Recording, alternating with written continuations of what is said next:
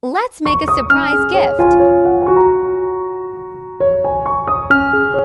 You can even add your pictures here.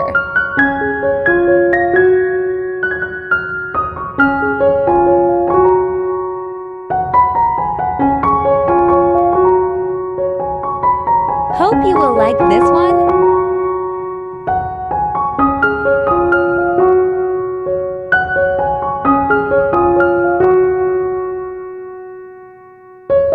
Let's make something magic today.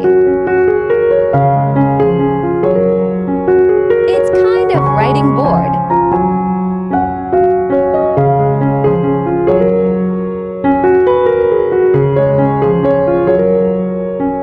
Now write and rub. Today I am making a cute book, pen holder box.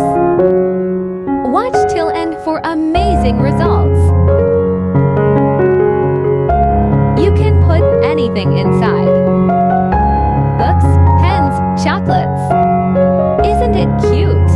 Comment for part 2.